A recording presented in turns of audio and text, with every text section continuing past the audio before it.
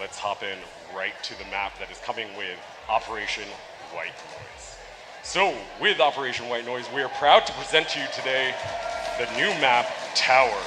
The action takes place at a high altitude over this major city of South Korea. From the get-go, this map offers players a unique exterior rappel on the facade of the building, while inside the walls, the Rainbow Six team has found a layer of fraudulent organization that owns the tower. A small luxury office in the tower was found to hide the core of an evil financial structure with some of the richest fortunes around the world placing money under that investment company. When they found Team Rainbow had infiltrated the tower, all chaos broke out. Thematically speaking, most of the rooms in the tower are public spaces, entertainment areas, museums, restaurants, and bars and lounges. As one of our writers described it, you're going to feel fairly safe in this environment that is actually filled with action-packed destruction. But of course, all the rooms inside the tower are not as charming as they used to. You'll see a lot of destruction, and gameplay-wise, this map offers a mix, intense, of close and long-range fights with many angles and catwalks that players must be extra careful at all times. Without further ado, let's dive right into the new map, Tower. Madi, yeah, run us through all the beautiful things about the tower. Run us through the basics. Yeah, this is really cool. One of our most exciting maps, It is a really special map. Starting off, Tower is a massive 3-floor building, and we jumped, like you said, a really good amount of long-range, close-range combat. But what's most special about the map, what we never did before, is that there is absolutely no exterior gameplay. Almost exclusively, all of the action takes place inside of the tower. That's really interesting. So there's no exterior spawn points for the attackers except for this rooftop, right? Exactly. Yeah, but there's nothing that the defenders can actually go out into, and they won't get detected. Exactly. Yeah. So they'll never get detected inside, and the only exterior you'll find is the attacker spawning on the roof, either on the north side or the south side. And from there, they have to make a decision on how they want to approach the objective. And this decision is really important, and it's broken down into 2 pathways that they can take, right? Absolutely. Why don't you break us down those pathways? Yeah, we have the elevator route as a first pathway. This is really intense because this is going to take you straight into the heart of the tower. And you can also get down, take the catwalk, but if you decide to rappel down to the elevator, you have to be really careful because it's going to be contested. And you'll have to drone in, you have to communicate with your team, and this is what you'll need. I have to interject here. The map's not that dark. It's the stream that Ubisoft is outputting. It's not that dark. It's actually a lot brighter than that. A lot of conflict. Yeah, a lot of, it's a key point. And I saw there's a few hatches too, a few catwalks, a few playtests that I was in. You know, you could really utilize those catwalks to really your advantage, which is really fun. Absolutely, yeah. Cool. So what is the other pathway that attackers can take to get into the building? Yeah, so the other pathway, this one is also really special because I know this is something that players wanted for a long time. So you can actually rappel on the facade of the building, and you can see the amazing art the team made, and you really feel like you're in there. And so what it means in gameplay terms is that using the exterior rappel will let you have a safer approach into the objective. So you'll have more breathing air, so you have more breathing space, to get into the objective. Really interesting. So basically 2 pathways for the attackers to take to infiltrate this building, and obviously in the defenders they have many decisions to make as well. So let's take a look at the tactical maps, breaking down, starting with the 2nd floor, where that holds the museum and office. So break us down what's on the Justin. 2nd floor. So this floor is divided by a center hallway where you'll find the elevator at the end. And it's really made of big rooms, big hallways, and in contrast to the first floor, darker neon colors. Yeah, we're taking a look at the 1st floor too, that houses the restaurant. And yeah, the first floor, in contrast, it's more tighter, all the hallway. We made it to design it so we lead you toward the center. And in contrast, there's it's mostly geared toward close-range combat, yeah. Yeah, and there's also that center corridor where the elevator spawn actually drops you off at, and it provides a really big point of conflict there. So let's break down these sections piece by piece and take a look at what this beautiful map It's actually beautiful, holds. huh? It's They so made it- they beautiful. made such a One of good the most board. beautiful maps Yeah, your team yeah. has put together. It's really It's incredible. really good. I'm so proud. So with that said, let's start with the south side of the second floor, the office. So the office, as you said in your intro, this is where it all started. The conflict where Rainbow had to come in to help the hostages because they went there and they started taking hostages, so Rainbow had to come and defuse the situation. The office is something you can use as a buffer to get into the museum because you can access it from the rappel. And this is what you'll have a lot of defenders checking the angles, holding the angles there, making sure the attacker doesn't go through there if they decide to. Right, this is a go to really the key office. positional aspect for the Yeah. attackers to push through into the map. And as a defender, you really want to try and cut them off. Yeah. Maybe That's it. maybe move towards that. Have a roamer around there. That would be one strategy that you could potentially take. One of many. yeah. One of many. Yeah. All right, so keeping on the second floor, let's take a look at the center, which is the museum section.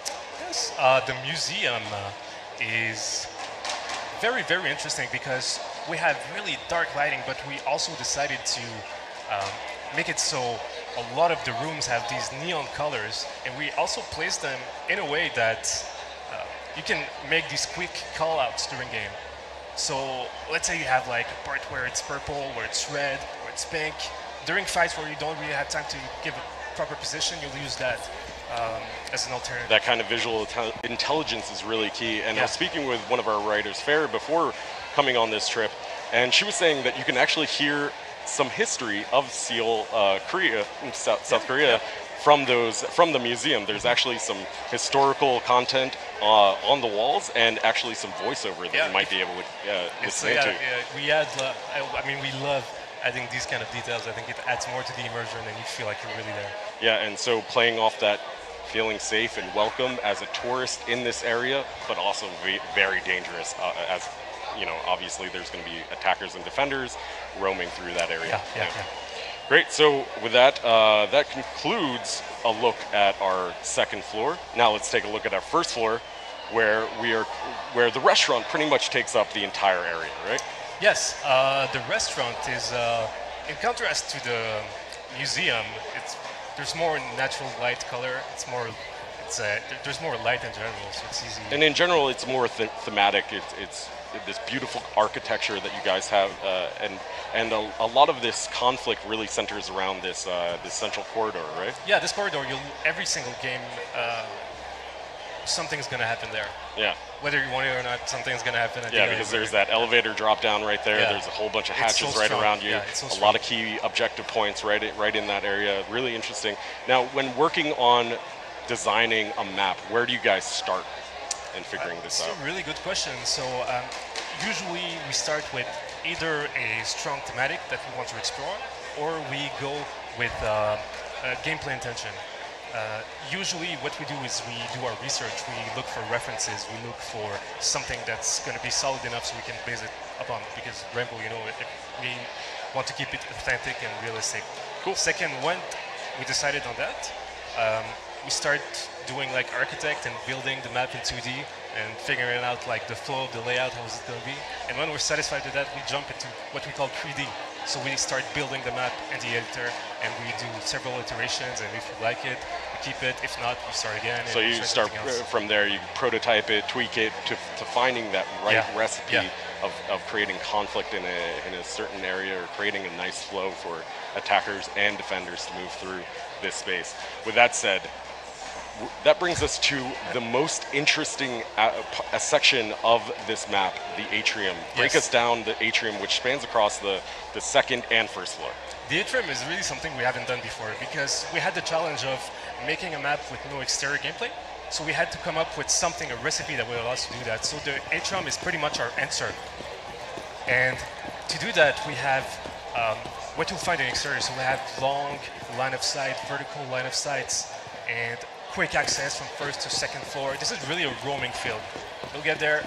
Any good roamer will love to just stay there and try to pick off the attackers one by one.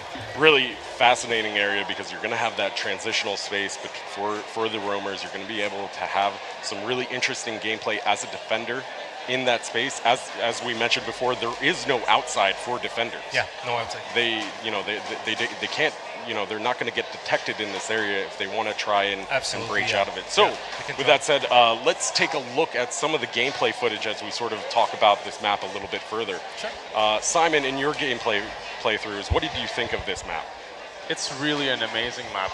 Honestly, having no exterior, I thought at first, I was scared. I thought it would have been dangerous, but honestly, it plays really well. It's really well balanced because there's the catwalk in the atrium, and that's the key point. That's really a key point for the attackers to get in. But they have a lot of options actually to get in, either do a rush in the central elevator, or just go for the atrium, or the offices. Honestly, it's a great map. It plays super well, and I'm super stoked to see pro players, pro teams getting at it. And speaking of some of our pro players, we invited a few of them into the studio in Montreal, and they got firsthand look at this new map, and they just had great things to say about it. They said it's a potentially competitive map, so we may be seeing this in the future, in future Pro League seasons. Which That'd be really exciting. Yeah, really exciting for you. For yourself, what is it like working on a map and then releasing it to the public? How do you feel about the when you actually create a map and it's actually in the hands of players? First, it's a bit scary because we don't know what they're gonna do. Because we try to do a different thing every time. We try to switch it up, make it different, and we don't know. We're not sure how the people are gonna receive it. But most of the time, we're really just happy to release it and people enjoy it. Yeah, and that feedback process is really key because we listen to the community every single day, every single moment on the subreddit, on Twitter, on social media, everywhere, and we hear their feedback and we're integrating it. One of the key points behind what we mentioned in the Year 3 sneak peek panel, which was really about redoing these maps, which is really key. But obviously, Tower is going to be one of the most interesting and key maps that we're releasing. It's strikingly beautiful as we look at these. Absolutely, like I love that we're taking risk with our maps, like trying stuff we've never tried before and actually making it work. We already have a lot of maps that work, that were competitive, so we're taking a couple of risks, and I think it struck a really good balance in that one with the brand new elements. So Don't forget to break the subscribe for the Jaeger Elite, the Xbox One giveaways in description. Hit the subscribe, the like, and the bell. Come together, bring together your immersion, and you're just placed in this world and placed in this map that feels real and feels like it's in an actual environment, which is really cool. So that is a look at the Operation White Noise map Tower, coming to you guys for free with Operation White Noise, which is really exciting. I cannot wait for players to get their hands on this. Without further ado, so that's that look at the map. Let's take a look at the operators, and that's where I'm bringing in my man Simon. Obviously, with Season 3, we are releasing 3 new operators. The first one, Zofia, comes from the Polish Grom operation, followed by the South Korean operators Dokaebi and Vigil. These 3 operators are coming to you with Operation White Noise, and let's break them down piece by piece, gadget by gadget, and let's start off with Zofia. Here's a quick look at her.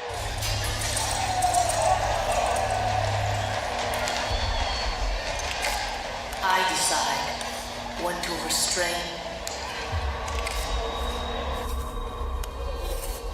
and when to kill.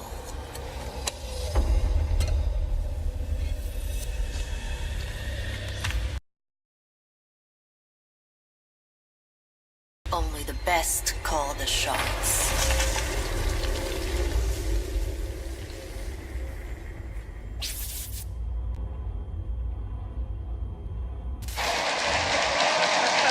That is Zofia Balsac.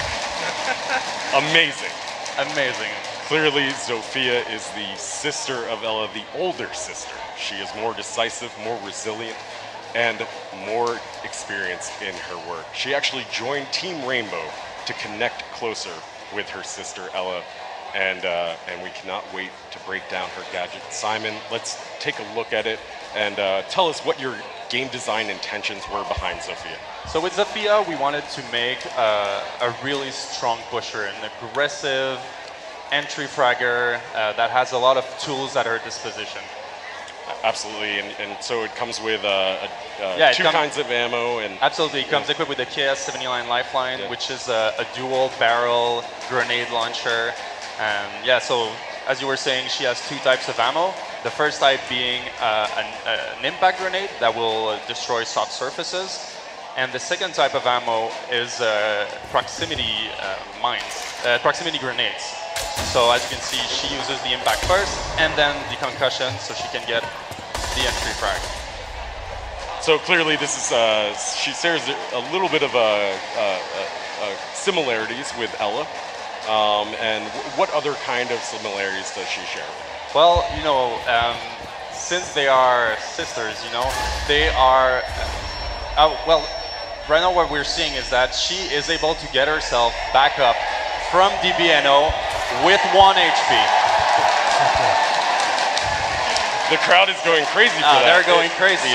So clearly Ella had that situational DBNO feature where she could blow her last grenade and maybe have a little bit of a situational advantage against an opponent attacking her. Exactly. And now Zofia has something similar. So she has the ability to withstand DBNO while channeling for 5 seconds this animation, and she gets up with 1 HP. She'll be very fragile, but maybe she can get some more kills in. Now you mentioned that Zofia comes equipped with a concussion grenade mine that's sort of similar to Ella's.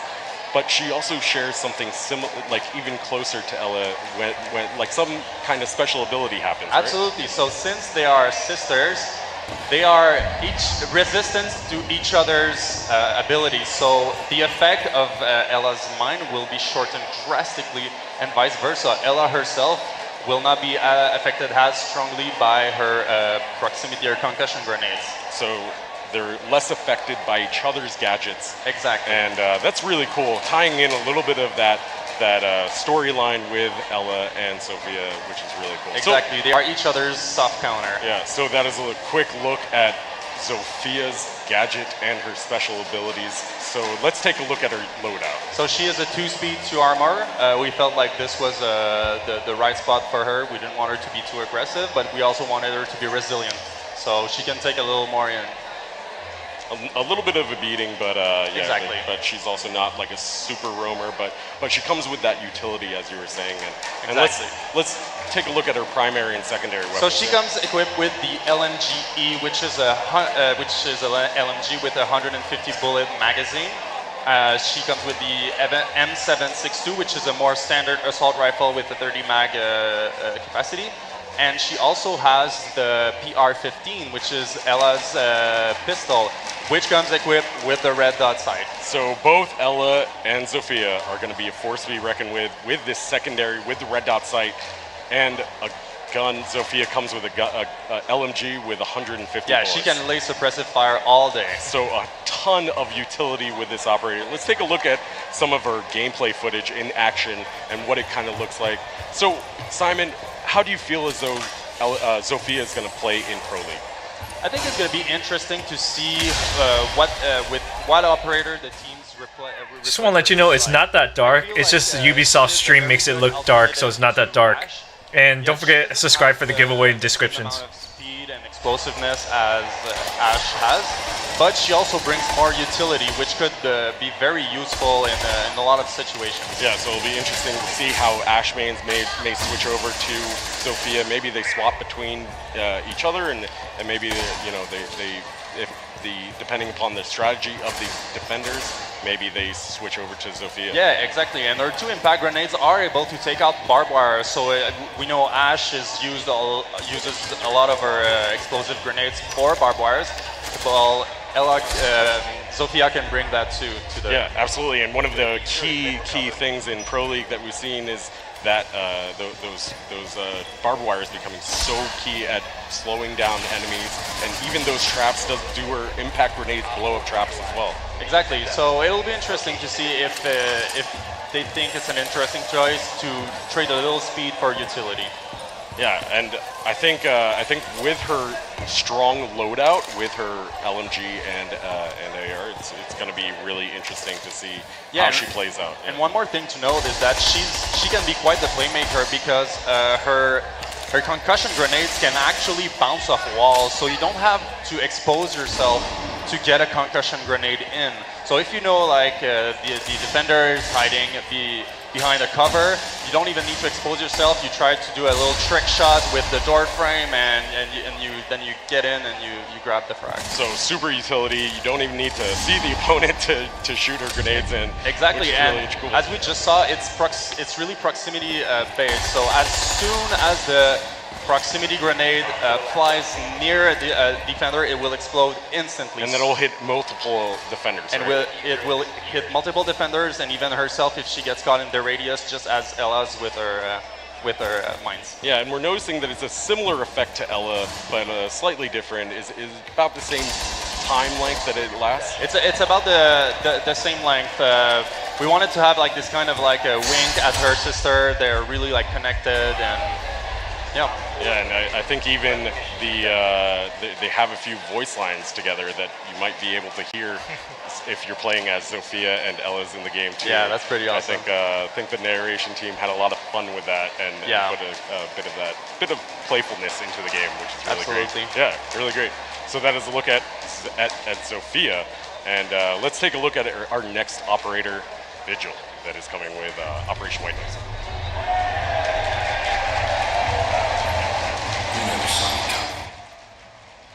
Alright guys, I'm giving away an Xbox One X and a MSI PC. Don't forget to subscribe, to like the bell. If you subscribe on Twitch, you get 100 extra entries. It's free. You have Amazon Prime.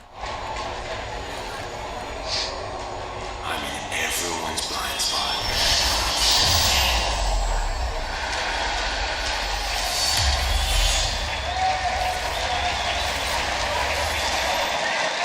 Really, what a cool CGI trailer Yeah. for Vigil. That's one of the coolest ones I've ever seen. Yeah, it's really badass. And one of our lead writers, Lucien Souban, described Vigil for me, and I wrote it down real quick because his backstory is really interesting. So Vigil is an orphan tortured by his experiences. He turned his pain into path of discipline, but because of the hardships he's faced, he's most comfortable behind his mask. He prefers to be invisible, and that's exactly what his abilities show him to do. So obviously, there is some kind of cloaking ability that he has. Why don't we break down his gadget, Simon? What are the game design intentions behind Vigil? So with Vigil, we wanted to have a roamer that is extremely strong. Like he comes equipped with the electronic rendering cloak, and that renders him invisible to drones. Obviously, for a roamer, a lurker, this is a very strong ability because the drones are the #1 enemy of the roamers and lurkers. That's how they get Absolutely. found out. It's a really interesting ability, and let's see it in action from Vigil's perspective. And why don't you break it down for us? So we'll see Vigil just activating his cloaking ability, and then you will see the drone coming in, and he has a white light because the computer in Vigil's back is actively hacking the drone's feed to remove his image from it. And there you can see a little bit of a HUD indication that you are invisible and you are cloaked to that drone.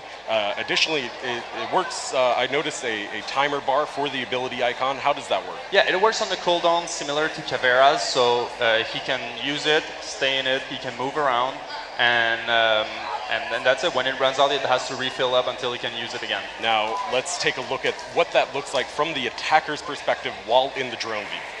So the drone is just rolling in, and Vigil just vanishes from the vision of the drone. As we hear the crowd just go react to that, and they just cheered, and we're just like blown away by that. It just looks so cool. great. Yeah, it looks really cool. I love the sort of cloaking effect. Visual that looks that's great. And additionally, we saw the same UI HUD that is present there. So what happens when a drone comes close to Vigil while he's already cloaked? So while you're in a drone, you will get close to Vigil and you will get that HUD increase. But even if you get close to him, the HUD will not grow any stronger. So the design intention behind that is that when Vigil is invisible, you will know that he's in the room, but you cannot tell where he is. You cannot pinpoint his position. Really amazing stuff. And obviously, what's that range that they can detect him at? The range is about 12 meters, so the HUD vignette will increase from 12 to 8 meters, but after from 8 meters to Vigil, you cannot pinpoint him. So if he's in a small room you Yeah. throw your drone in there, you drive your drone in there, you'll be able to see Vigil or actually know that he's in that room, but you won't actually be able to see him. You won't know exactly where he is, but you will get that HUD feedback on him. Yeah. Exactly. Cool. So let's take a look at his loadout and break down some of those details. So, of course, he's a roamer, so he needs to be 3 speed, 1 armor. He's a very aggressive defender. He's a lot of fun to play with. And he has a pretty cool selection of weapons too. Yeah, let's take a look at his primary and secondary weapons. So he comes equipped with the K1A1, which is a submachine gun, 30 mags. And he comes equipped with 2 machines pistol as secondaries. But the real special weapon here is the shotgun, the Boss G22. It's really a unique shotgun. We've never did anything like it in the game. And so the way it works is that it's a shotgun that has 2 pellets. And it doesn't fire, when you fire it, it doesn't fire 8 pellets. It fires just only a single buckshot. And so... So how does that work? It's obviously really powerful. And Exactly. but it's going to be a bit of a high risk, high reward. Exactly, you only get 2 shots with him, that's it. But it's a very high damage weapon. So you'll have to be very confident in your shots, because if you miss them, it's bye-bye. I can only see now a cloaked Vigil just walking around a corner, entirely an unexpecting person on their drone, just droning out a room, and he just comes around a corner with that slug shotgun. He's terrifying. Yeah. That is really scary. So obviously a lot of utility, a lot of situational advantages for Vigil. And but let's take a look at some of his counter picks as well. So who would you say is a good counter pick? His nemesis is obviously IQ, because whenever he has his electronic rendering cloak active, IQ will track him in real time as he moves around. And so he cannot hide from IQ unless he turns it off. That is amazing. That is really cool. His counter picks become really important, and Absolutely. and IQ is really his nemesis against him. Yeah. Really cool. Great. So let's take a look at some of his gameplay footage here with looking at Vigil. Well, actually, Justin, there is 2 more more softer counters to Vigil, Yeah. which is Thatcher and Twitch. Thatcher, if he gets caught in the radius, it will temporarily disable his electronic rendering cloak. And for Twitch, if by chance you arrive and you manage to pinpoint him and shoot him, it will disable his cloaking with the Twitch drone. So Twitch's drone will be able to disable Vigil's cloaking. Exactly. ability. So, but she won't be able to see him, right? No, she won't She'll- be able to see him from the drone. Only if she gets a shot if she knows where he is. So she'll just get the HUD indication, and then if she just happens to hit him, he'll break Exactly. penalty. That's really cool. All right, so now let's Yeah. take a look at the gameplay footage of Vigil in action, and tell us a little bit about how you foresee Pro League actually integrating a character like Vigil. Oh man, he's gonna be one of the more interesting characters we're gonna see in Pro League. I think he's a huge meta changer, because we know how cornerstone droning is to an attack. So It's huge. We've been seeing it all weekend. Droning is just, they're in and out of their drones nonstop. exactly, and you see how fast they pre-fire angles when they spot a defender, but you won't be able to tell where he is. So by entering, you won't be able to pre-fire him because you can't tell where he is. So I think it's going to be actually a huge game changer.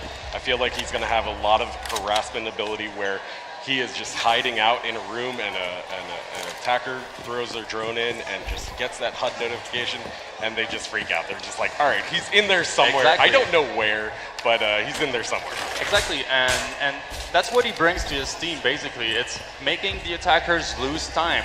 And so they're going to have to figure out where he is. They're going to have to get in and try to kill him, but he's just going to make the attacker lose a bunch of time, and that's what he brings. And I feel like he's an interesting parallel to Caveira, because he does have a similar ability where it's time-based, ability, like Caveira, it runs out of time eventually.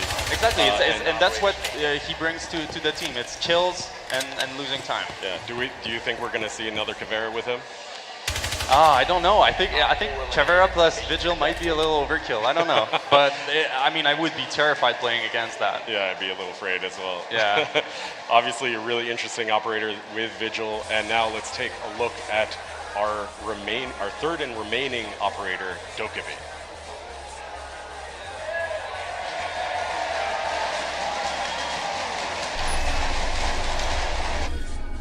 Don't forget PC giveaway, Xbox One X giveaway. If you guys want Xbox One X, subscribe, hit the like. It's in the description. Subscribe on Twitch.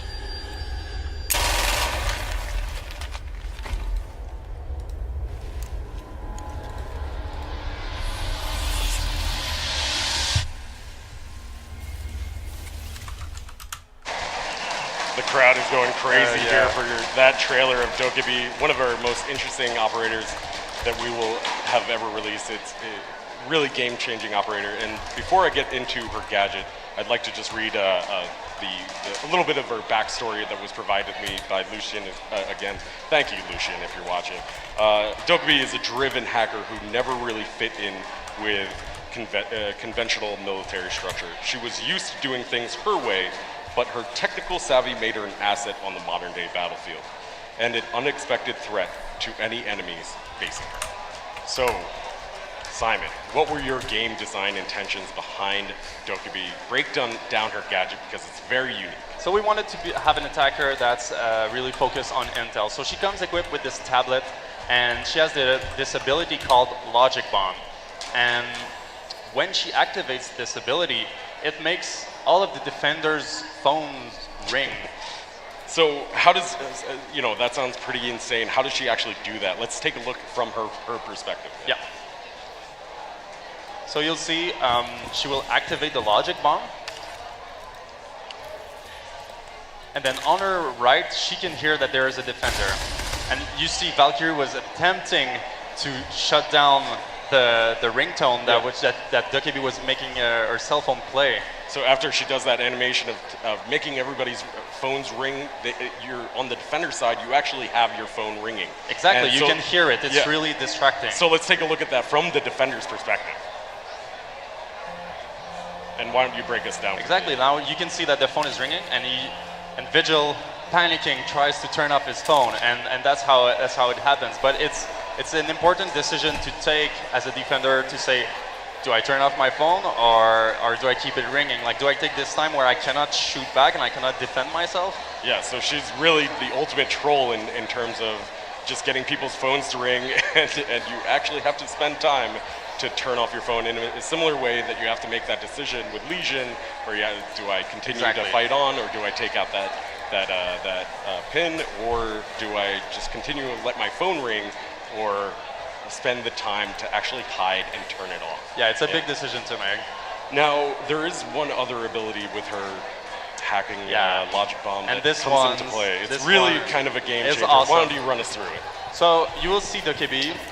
She's getting a kill right now, and when any attacker kills a defender, they drop their phone, and she can hack the phone and, yes, gain access to the camera network of the defenders. Wow, that is huge, and I think the crowd likes that. Yeah, they like that. And yeah, you can see it's not only the standard cameras, it's Valkyrie's camera too. Yeah, really, that is so huge. I love the crowd's reaction. Yeah. They just exploded about that. That's amazing. Yeah, pretty awesome.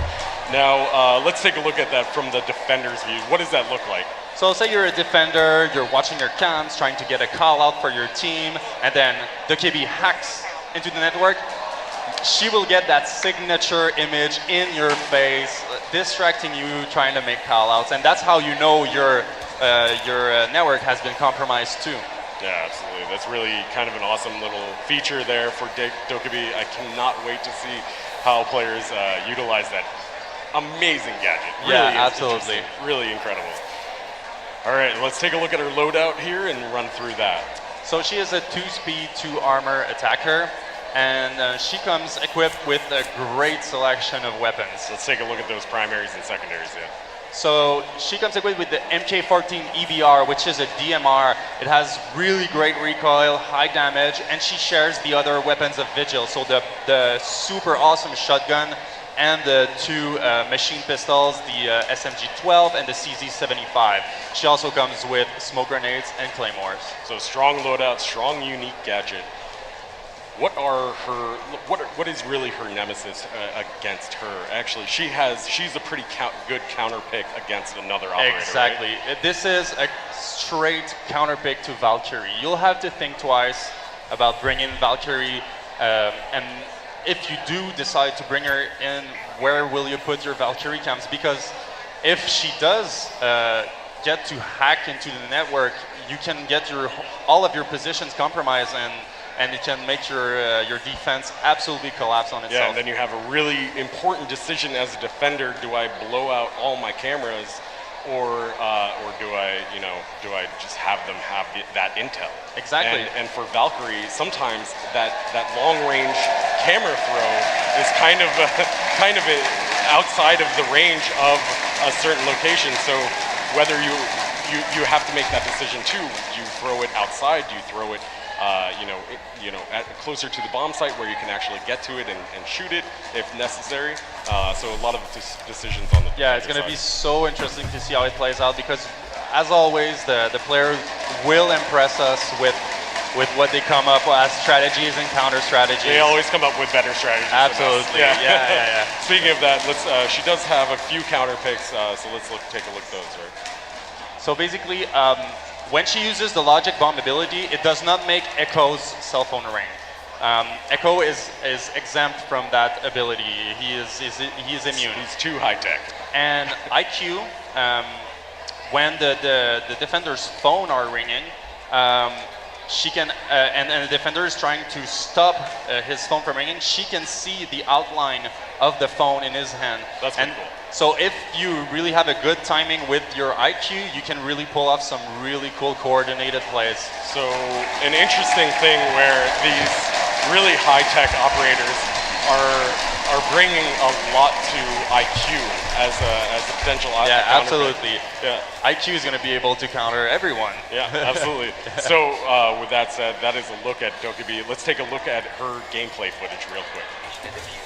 So, Simon, Dokaebi, how do you think pro players are actually going to provide a strategy around her? I think she's going to be a strong pick, but maybe more of a situational one. So I think how it's going to play out is that if the team knows that the other team is running a strong Valkyrie and they want to counter that, they can bring in a Dokaebi to be a really strong counter to that defense. Yeah, and I think it should be mentioned that Dokaebi does have a slight counter to that hacking ability too, where you can, as a defender, turn off or shoot those phones, right? Exactly. So anytime Dokaebi is picked on attack and a defender dies, they drop their cell phone. You can see Valkyrie's right there. Yeah, we can see the phone on the ground.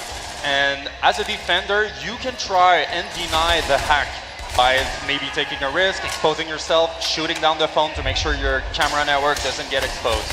And so there's going to be a lot of really interesting decisions to make on the defender side. On Dokaebi's opposite side, Vigil, he has a cloaking ability that prevents him from being seen by drones on the attacker side.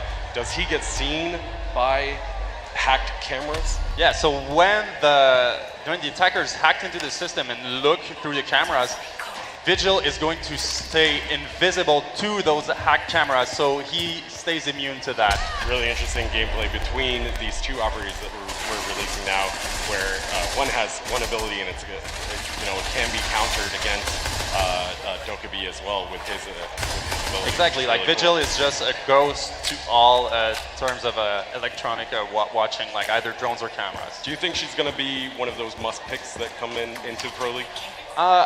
Like I said, I think really she's going to be a little more situational. She's strong, although Like I'm curious to see how our weapons are going to play out because they are very highly lethal. It's one of the strongest DMRs that we have in the game. The recoil is very easily manageable, and it has 21 bullets. It's just such a fun operator to play with. Plus, she has 2 SMGs as secondaries And yeah, once you run out of ammunition, you can switch to 2 amazing SMGs. Machine pistols, in fact. Machine pistols. Yeah, she just has a great loadout. She's just so much fun to play with. I think the players are going to have a total blast with this season. Really amazing. So that is a look at our 3 operators coming with Operation White Noise, our map, but there is a little bit more coming. And releasing with Operation White Noise, we have a few little surprises as well, starting with an elite skin. So let's take a look at Mute's elite skin that will be launching with Operation White Noise. Obviously, elite skins come with a head-to-toe customization and a unique gadget customization with an MVP winning screen, which is so cool. That is one of the coolest MVP winning screens that I've ever seen because it just like blacks out the camera, which is really awesome. And of course, with every season, we also provide brand new BDUs for our operators that are releasing. So here's a look at Zofia's BDU that will be available with the launch of Operation White Noise. These are special customization items that you can get at launch of the season as well. And here is Vigil. Vigil, something that's really cool is his mask is customized here, so I'm sure you'll be able to see a little bit more of that in the future, which is great. And then finally, Dokaebi has a little bit of a customization option as well, with her beanie and her outfit as well, which is really cool, and her little logo in the chest right there, which is great. Very well made. So all of that coming to you very soon, and of course, with every operation, we have a ton of general tweaks and improvements. Just so many things coming out with you with Operation White Noise, and you'll actually be able to get the patch notes starting tomorrow. Also, starting tomorrow, we are really happy to announce that launching on November 20th is the full technical test server for Operation White Noise. You will be able to play the entire Operation White Noise content live on the technical test server for PC players starting tomorrow, with the full launch coming on December 5th. And we are doing 2 weeks of technical test server. That first week is going to be a really intense and high-paced patch notes fixing week. We're going to be working very hard to make sure that season is very polished, and then the following week will be another week where we can pick up any following bugs that may be staggering around. Yeah, so cool. So with that said, that is Operation White Noise. Once again, thank you guys to Maddie and Simon. Thank you to everybody here in